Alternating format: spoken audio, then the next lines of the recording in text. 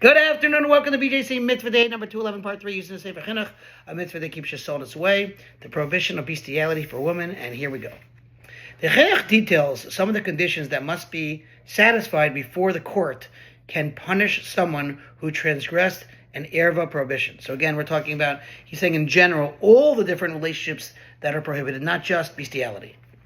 When it comes to any one of the Arias prohibitions, and likewise when it comes to any of the other transgressions that are subject to punishments by Beis Din, by the court, in order for Beis Din to administer punishments, the transgression must be done in the presence of two or more valid witnesses who deliver a proper warning, called hasra, to the offender, and who observe him committing the transgression with their own eyes.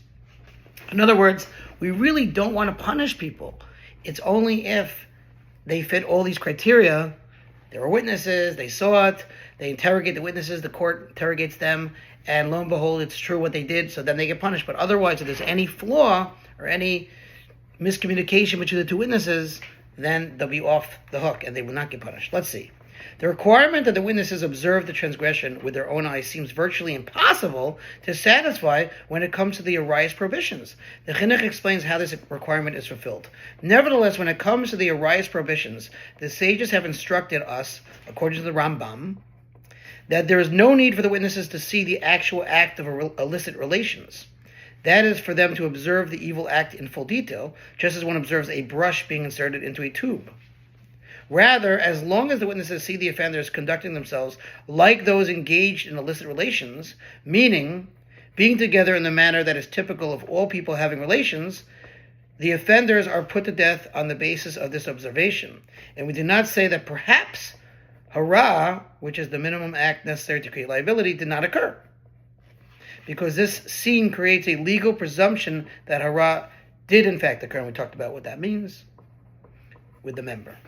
Although eyewitness testimony is required for the transgression itself, there is a lower standard for establishing certain facts that are necessary for the court to administer punishment. The sages in Kedushin further stated about the subject that anyone who is legally presumed to be the close relative of a person can be put to death on the basis of that legal presumption. That is, a person can be put to death for cohabiting with someone who is legally presumed to be his forbidden relative, even though there is no absolute proof about the relationship, only a legal presumption. For example, people say that Mr. So-and-so is the son of Mrs. So-and-so, or that Mr. So-and-so is the brother of Mrs. So-and-so, or that he is her father.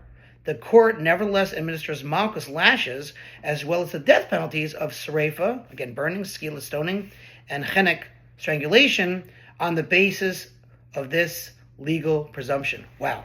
Okay, we will continue with this mitzvah tomorrow, God willing. Thank you for listening to Sponsor Future Mitzvah 36, 100 for the gold. Have a wonderful day and happy Hanukkah.